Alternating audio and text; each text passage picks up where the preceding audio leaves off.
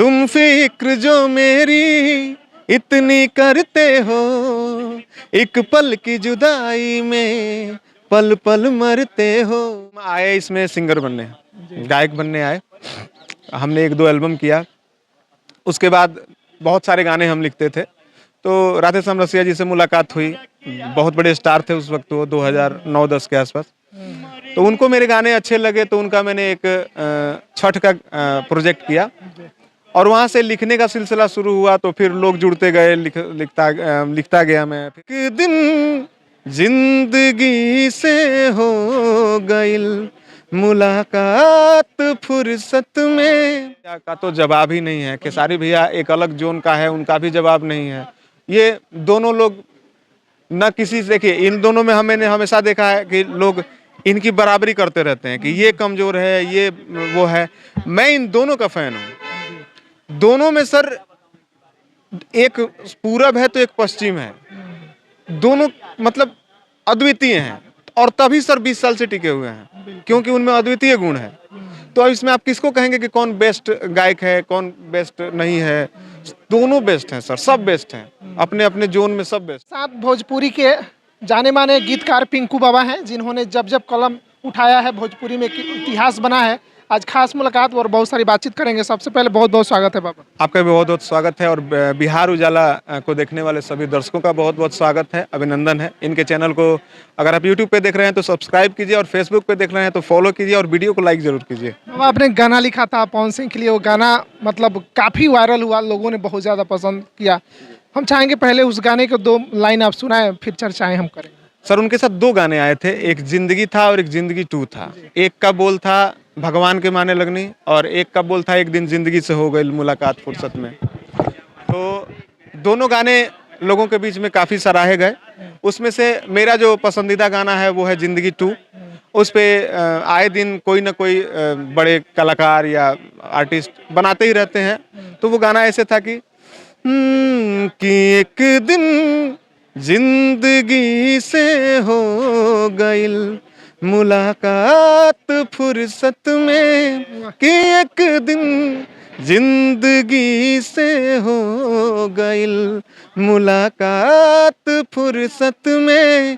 ता पूछ लिहानी असलियत के कुछ सवालात फुर्सत में, कि एक दिन जिंदगी से हो गईल मुलाकात फुर्सत में। वाह वाह, गजब।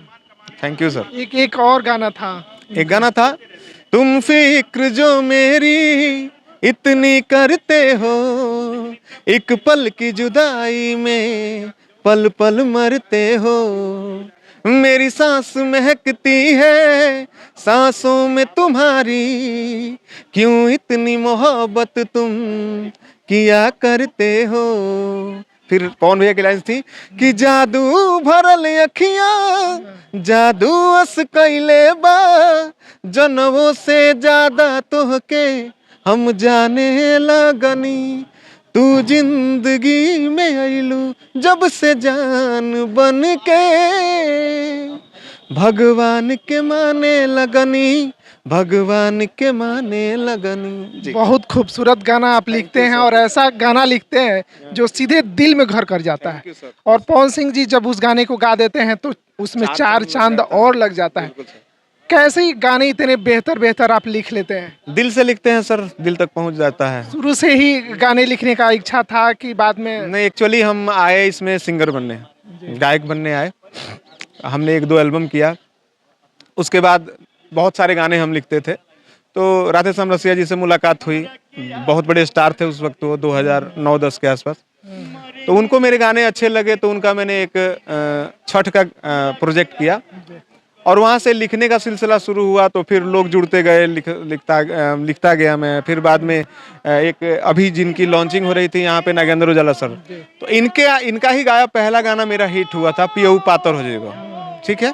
उसके बाद फिर 2017 में एक आशीष राज नाम के मेरा भाई शिष्य, जो भी बोल लें, मेरे दिल का करीब, उसने गाया धनकुट्टी के मशीन। वो गाना सर वायरल हुआ, बहुत हिट हुआ, जिसको उठा के भी बहुत सारे लोग गाए।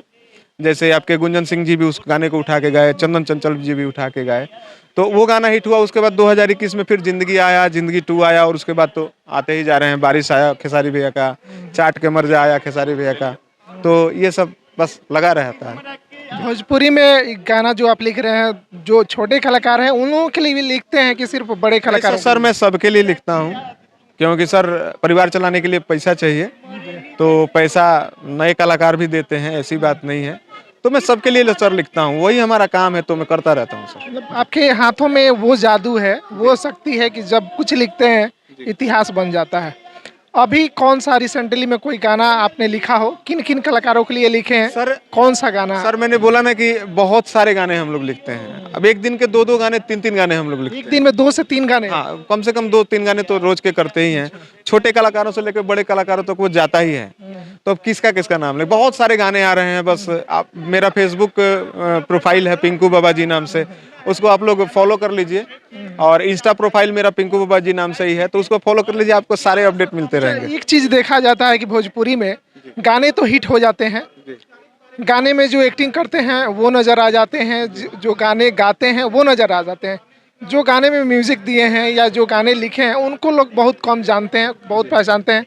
आप लोग मीडिया में भी नहीं आते हैं उतना, ताकि आप लोगों को लोग जाने कि हाँ भाई साहब ने यही हो सकते हैं जो इस गाने को लिखे हैं, जो गाने मिलियन मिलियन जा रहे हैं। ये क्या कारण, ऐसा क्यों होता है? ऐसा इसलिए होता था क्योंकि सर देखिए, हम लोग बैक स्टेज आर्टिस्ट हैं।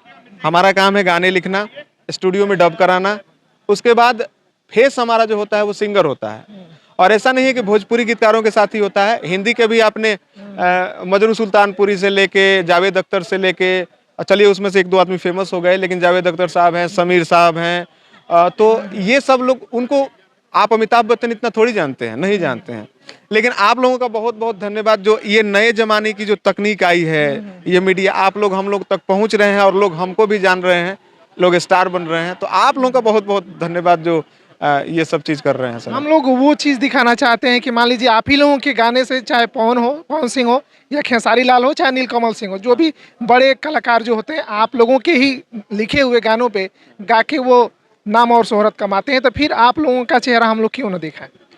बिल्कुल सर, तो इसके लिए आपका बहुत बहुत साधुवाद है। मैं बहुत आभारी हूँ आप सबका, तमाम मीडिया चैनल्स का मैं बहुत आभारी हूँ कि आप लोग ये चीज़ें कर रहे हैं। हम जैसे जो असली हीरोज हैं, जो बैक यार्ड से काम करते हैं, बैकग्राउंड से काम करते हैं, बैक स्टेज से काम करते हैं, उनको आप फ्रंट पे ला रहे हैं, लोगों को बता रहे हैं कि ये उस गाने के ये थे। बिल्कुल, ये लोगों तक ये जानकारी होनी चाहिए कि जिस गाने में पवन सिंह गाने गा रहे हैं, हिट हो रहे हैं, आखिर उस गाने को लिखा किसने है। लोगों तक, कम से कम लोगों को ये चेहरा दिखना चाहिए। बिल्कुल, इसके लिए आपका बहुत बहुत धन्यवाद है सर। भोजपुरी में गाने आपने बहुत लिखे होंगे, सभी कलाकारों को दिए होंगे, ऐसा कोई कलाकार जो आपको सबसे ज्यादा अच्छा लगा हो अभी तक? देखिए, कलाकार अगर अपने मूड में हो तो सभी अच्छे होते हैं। गाना जो निभा दे बढ़िया से, वो कलाकार अच्छा होता है। तो बहुत सारे कलाकार ऐसे लाइफ में मिले हैं। अभी रिसेंटली मैंने एक लड़की को गवाया था, उसने, वो बहुत बढ़िया गा रही है। पवन भैया का तो जवाब ही नहीं है। खेसारी भैया एक अलग जोन का है, उनका भी जवाब नहीं है। ये दोनों लोग न किसी से, देखिए इन दोनों में मैंने हमेशा देखा है कि लोग इनकी बराबरी करते रहते हैं कि ये कमजोर है, ये वो है।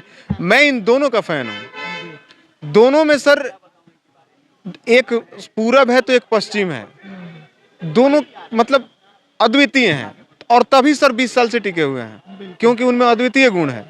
तो अब इसमें आप किसको कहेंगे कि कौन बेस्ट गायक है, कौन बेस्ट नहीं है? दोनों बेस्ट हैं सर, सब बेस्ट हैं, अपने अपने जोन में सब बेस्ट हैं। अंत में जाते जाते जो दर्शक देख रहे हैं, उनको क्या बोलिए? उनको यही बोलेंगे कि खूब गाने सुनिए, अच्छे गाने सुनिए, अच्छे गानों को प्रमोट कीजिए, और गंदे गानों को सुनना आप छोड़ेंगे तो हम बनाना छोड़ेंगे। देखिए, नहीं तो फिर अगर आप नहीं छोड़ेंगे सुनना, तो हमारी मजबूरी कि हम जिंदगी 2 बारिश कब तक बनाएंगे। कंपनी को फायदा नहीं होगा, तो सब कुछ बिजनेस पे डिपेंडेबल है। तो आप वैसे गानों को बिजनेस दीजिए बढ़िया, ताकि हम लोग वैसे गाने करें। और ये जो शर्मिंदगी उठानी पड़ती है आप लोगों को भी बाहर जाके, हम लोगों को भी, वो सब आपके हाथ में है, क्योंकि आप ही ईश्वर हैं। अगर आप चाहेंगे, दर्शक चाहेंगे, श्रोता चाहेंगे, तो वो चीज़ें खत्म हो जाएंगी। नहीं तो मजबूरी में हम तो, हमारा परिवार चलाना है तो वो करना ही पड़ेगा। तो आप लोगों से बस यही कहना है कि अच्छे गाने सुनिए, अच्छे गायकों को सपोर्ट कीजिए, अच्छे गीतकारों को सपोर्ट कीजिए, और बिहार उजाला को देखते रहिए, सब्सक्राइब कीजिए, पेज को फॉलो कीजिए, लाइक कीजिए, कमेंट कीजिए। चलिए बहुत बहुत धन्यवाद Thank you, आपका कि आपने अपना कीमती समय दिया। और ये हमारे साथ भोजपुरी के जाने माने गीतकार पिंकू बाबा हैं, जिन्होंने जब जब कलम उठाया इतिहास रचा है। इनके बारे में क्या कुछ आपकी प्रतिक्रिया है, आप कमेंट करके ज़रूर बताइएगा। वीडियो के अंत तक बने रहने के लिए आप सभी का बहुत बहुत धन्यवाद। नमस्कार।